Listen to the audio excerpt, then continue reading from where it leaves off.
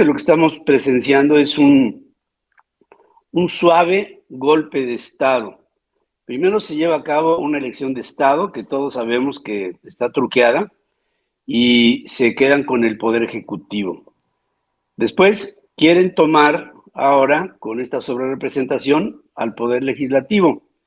Y una vez que esto se ha tomado, entonces tomarán al Poder Judicial y se quedarán con los tres poderes. Es decir, estamos viendo los mexicanos, los que nos hemos resistido al absolutismo, a la autocracia, lo que estamos presenciando es una suave toma del poder a través de un golpe de Estado sucesivo en los tres poderes de la Unión.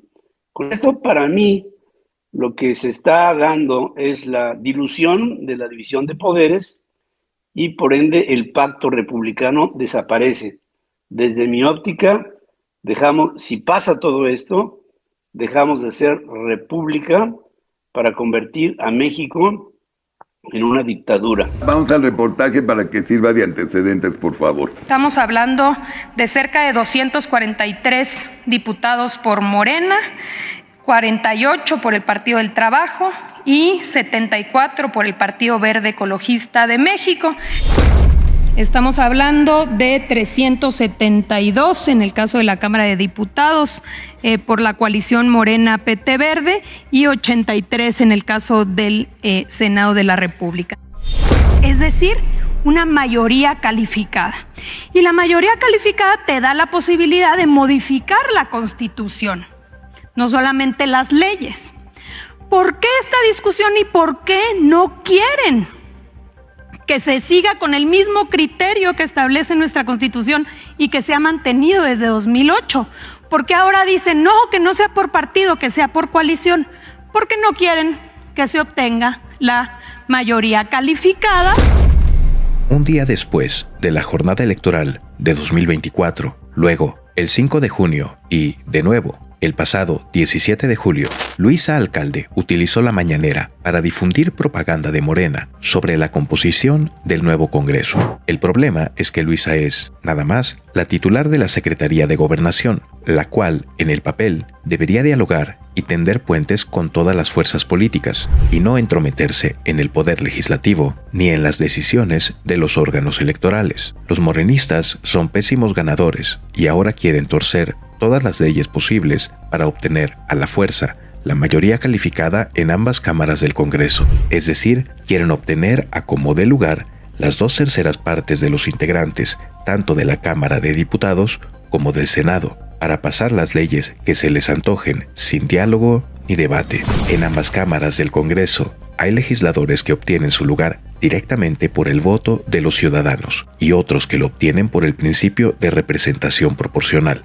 que nació en favor de las minorías principalmente. Las leyes electorales vigentes regulan la sobrerepresentación de los partidos en el Congreso, es decir, vigilan que ninguna fuerza política tenga una presencia mayor en el Congreso respecto a los votos que obtuvieron, limitando este exceso a un 8%. Es decir, si un partido obtuvo 30% de los votos, no puede tener más del 38% de los lugares en el Congreso.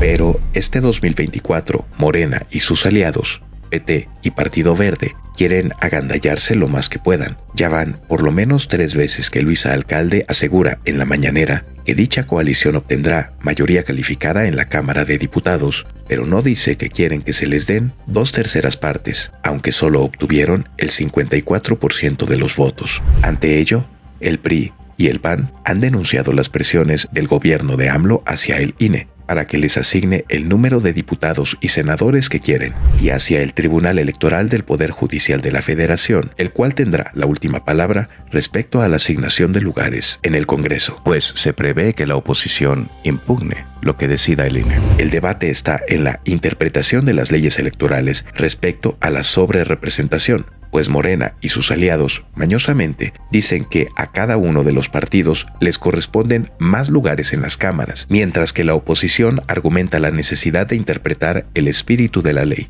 y alerta sobre los peligros para la democracia que representaría un Congreso con tantos integrantes de una fuerza política, es decir, de la coalición morenista. La democracia en México, tal y como la conocemos, está en peligro y pende de un hilo que está en manos del Tribunal Electoral. Estamos a un solo paso de volver a un régimen autoritario, donde una sola fuerza controle los 3 poderes de la República.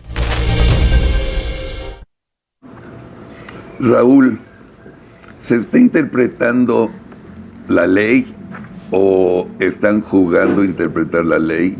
¿Quién tiene razón, la oposición, la ley o Morena y sus aliados?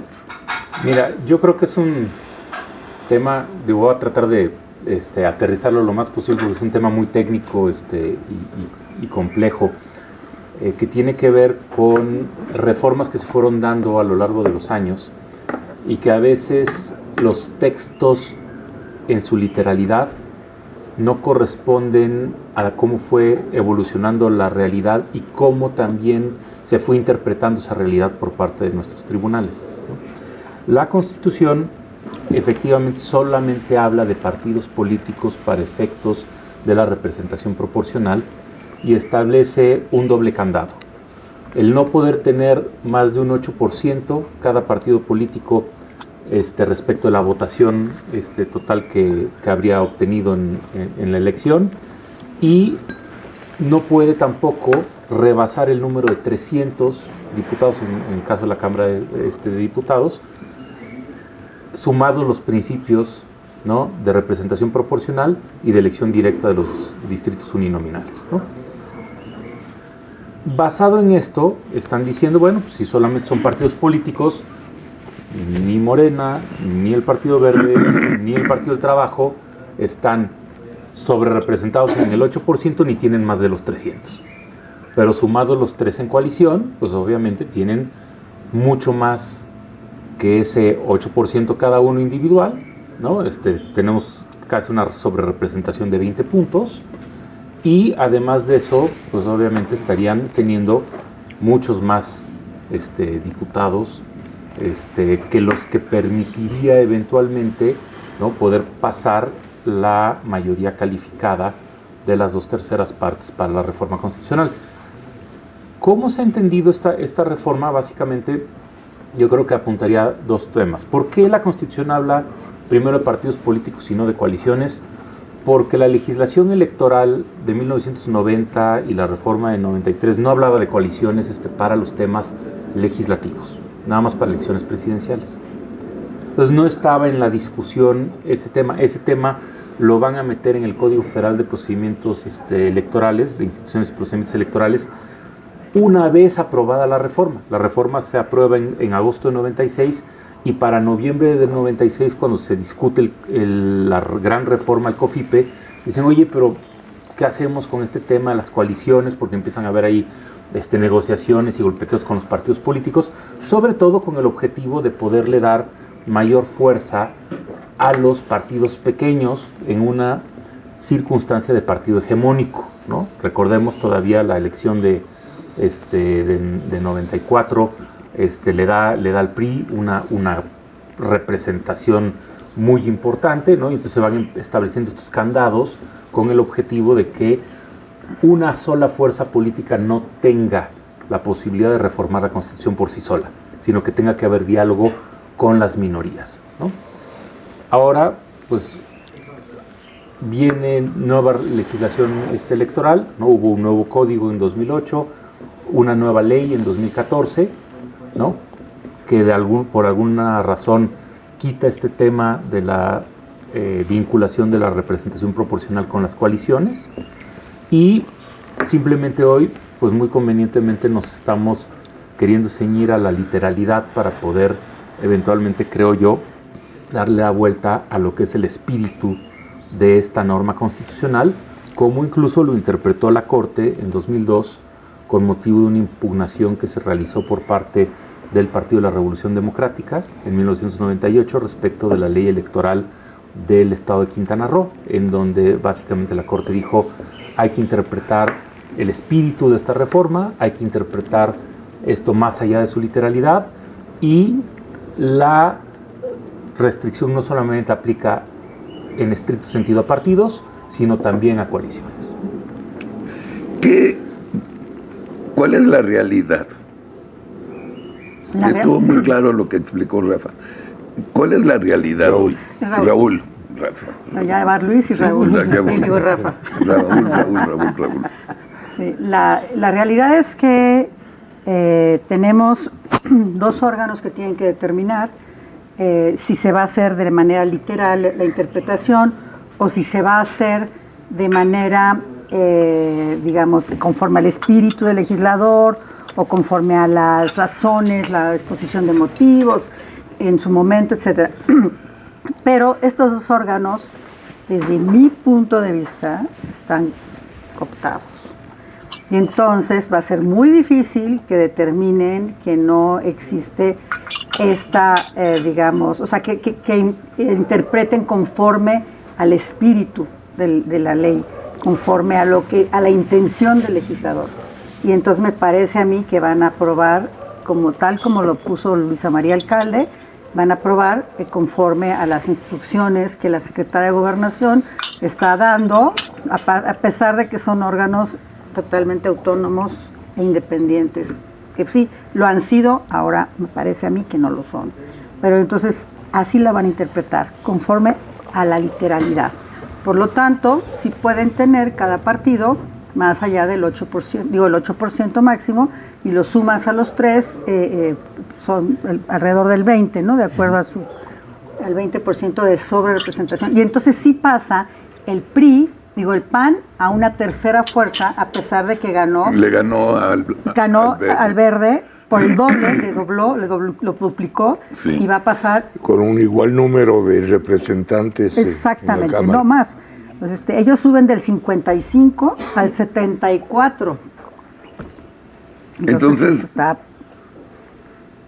Pedro, ¿para qué sirve ser diputado ahorita? Si se aprueba, el tribunal le da la razón a la textualidad de la ley. ¿Para qué vas a la Cámara de Diputados como PRI o PAN? Pues no vas a nada, no vas absolutamente a nada. Yo pienso que tenemos que hacer una recapitulación de hechos de lo último que ha pasado en las semanas, desde el 2 de junio, y creo que lo que estamos presenciando es un suave golpe de Estado. Primero se lleva a cabo una elección de Estado, que todos sabemos que está truqueada, y se quedan con el Poder Ejecutivo. Después quieren tomar ahora, con esta sobrerepresentación, al Poder Legislativo.